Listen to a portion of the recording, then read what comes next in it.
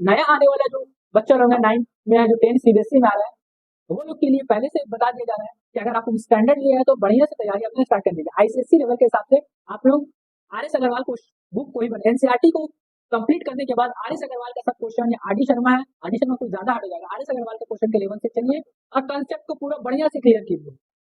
Hi student, welcome to our channel Miraj classes.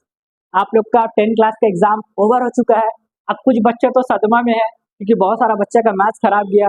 अब last exam खराब चल गया। अब पूरा ये जब तक रिजल्ट नहीं निकलेगा उसको कहीं ना कहीं ये डर रहेगा कि मैथ्स में क्या होगा, पास भी हो पाएंगे या मेरा मैथ्स की वजह से परसेंटेज तो कम नहीं आ जाएगा।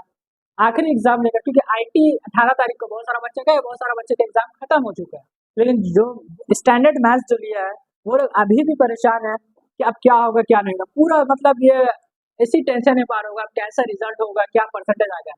अगर मैथ भी इजी दे देता तो सब बच्चा बहुत खुश हो जाता और सब पेपर बहुत अच्छा से गया था, मैथ्स भी अच्छा चला जाता तो टेंशन फ्री रहता है। तो क्वेश्चन पेपर जो बेसिक का क्वेश्चन पेपर देखा गया कि ठीक ठाक था, लेकिन वहीं पर स्टैंडर्ड का देखा गया है। स्टैंडर्ड का पेपर थोड़ा सा लेवल स्टैंडर्ड के हिसाब से दिया था, क्वेश्चंस में थोड़ा थोड़ा घुमाया।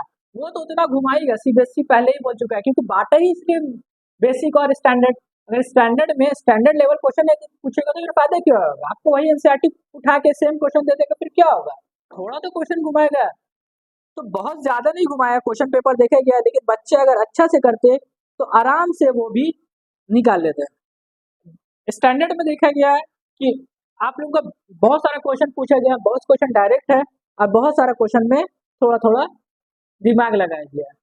वैसे पेपर बहुत खराब नहीं किया तो बनाया था, पेपर बहुत अच्छा बनाया था, बस कमी रह गया तो आप लोगों का कंसेप्ट में, क्योंकि रिवीजन अच्छा किया, बनाए अच्छा, मैथ्स पढ़े सब अच्छा, लेकिन कंसेप्ट बेस में आप लोग कहीं ना कहीं पूछे रह गए।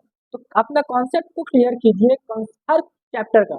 क्वेश्चन बार बार बोलते हैं, आप एक क्वेश्चन 100 क्वेश्चन नहीं बनाकर अगर एक कॉन्सेप्ट पे ध्यान देंगे तो उससे 1000 क्वेश्चन आप लोग बना सकते हैं। अगर आपका कंसेप्ट सही है तो आप लोग कुछ भी क्वेश्चन बना सकते हैं। अगर आपका कंसेप्ट सही नहीं है, सिर्फ क्वेश्चन बना रहे हैं, अगर क्वेश्चन क्लियर है तो आपका 1000 क्वेश्चन भी बेकार जाएगा।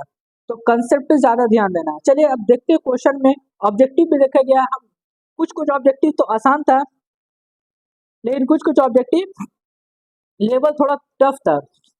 अब बहुत ज्यादा टफ नहीं बोलेंगे हम, और नॉर्मली लेवल बोलेंगे उसको। सेक्शन ग्रुप डी में भी देखा गया कि एक तो में मीन हाइट और मीडियन हाइट का डिफरेंस निकालना, दोनों का वैल्यू निकालकर माइनस कर देने का था। सेट 1 के बारे में बात कर रहे हैं हम लोग, ये स्टैंडर्ड का, क्योंकि बेसिक का क्वेश्चन बहुत अच्छा आया। फिर उसके बाद देखा जाए दूसरा क्वेश्चन 5 मार्क्स में और में क्वेश्चन था। एक तो 2 डिजिट नंबर वाला था, या तो फिर क्वाड्रेटिक इक्वेशंस का पी का वैल्यू फाइंड करना था। ये बहुत आसान क्वेश्चन है। रूट्स डी इक्वल टू 0 कर देते, बी स्क्वायर माइनस 4 से 0 होता, आपका आराम से पी का वैल्यू निकलता। फिर पी का वैल्यू इक्वेशन में पुट करते और उसको फैक्टराइज कर देते। थोड़ा सा लंबा जाता है, 5 मार्क्स का तो जाहिर सी बात है, 1 से 1.5 पेज तो जाएगा, बड़ा है तभी तो दिया 5 मार्क्स में। फिर उसके बाद देखा गया कि हमेशा बीपीटी थ्योरम पूछता, बहुत सारे सेट में बीपीटी पूछा और कन्वर्स के भी बारे में पूछा। इसमें जो सेट में आपको स्टेट कन्वर्स ऑफ बीपीटी पूछा है, state converse of BPT, state and proof नहीं बोला है। अब मैंने आपको सिर्फ बीपीटी बताना था, कन्वर्स ऑफ बीपीटी क्या होता है, कितना बार बताया गया कि कन्वर्स ऑफ बीपीटी क्या होता है। आप लोग को ट्रेपीजियम वाला क्वेश्चन, सेम ट्रेपीजियम वाला क्वेश्चन यहाँ पूछा है। अगर आप लोग ट्रेपीजियम से ये होंगे, रेशियो निकाले होंगे, जब पैरेलल साइड प्रूफ किए होंगे, तो वही कंसेप्ट का क्वेश्चन ये था। एनसीईआरटी बेस पे ही देखा जाए, कोई अलग से नहीं दिया आप लोगों को।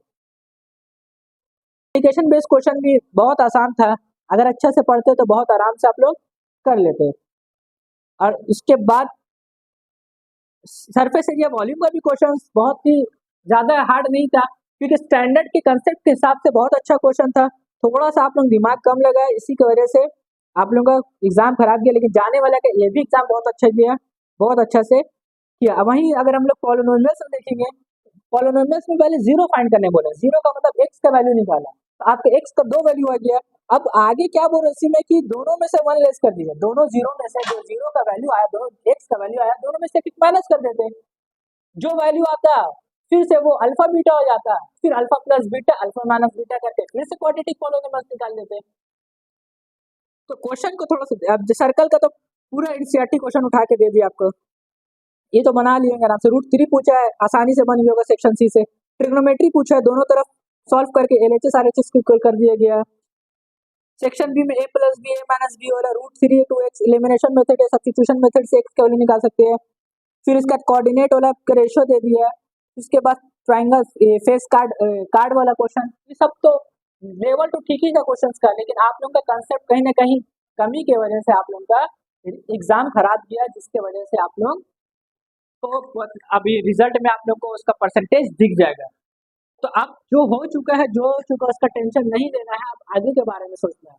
बहुत ज़्यादा मायने नहीं रखता कि मेरा अगर हम सही से नहीं बना पाए या कम मार्क्स आ जाए, कोई बात नहीं, आगे आपको +2 में भी चांस मिलेगा। तो अब जो नहीं हुआ उसको आगे कोशिश कीजिएगा बढ़िया से करने का। और जो नया आने वाला जो बच्चा लोग है 9th में है, जो 10 CBSE में आ रहा है, वो लोग के लिए पहले से बता दिया जा रहा है कि अगर आप स्टैंडर्ड लिए हैं तो बढ़िया से तैयारी अपने स्टार्ट कर दीजिए। ICSE लेवल के हिसाब से आप लोग RS अग्रवाल को बुक को ही बना, NCERT को कंप्लीट करने के बाद RS अग्रवाल का सब क्वेश्चन, या RD शर्मा है, RD शर्मा कुछ ज्यादा हार्ड हो जाएगा, RS अग्रवाल के क्वेश्चन के लेवल से चलिए और कंसेप्ट को पूरा बढ़िया से क्लियर कीजिए। कंसेप्ट पे जाइए, क्योंकि जिसका कंसेप्ट क्लियर है उसका एग्जाम अच्छा गया होगा, जिसका कंसेप्ट खराब था उसका एग्जाम खराब गया होगा। और कुछ नहीं बोलेंगे। बाकी CBSE बहुत अच्छा क्वेश्चन बनाया है, बहुत ज्यादा हार्ड नहीं बोलेंगे पेपर बनाया, थोड़ा सा लेवल हार्ड था, थोड़ा सा बोल सकते हैं, इतना तो स्टैंडर्ड में होना ही चाहिए अगर आप स्टैंडर्ड लिए, नहीं तो फिर बेसिक के हिसाब से तो बेसिक का क्वेश्चन अच्छा था।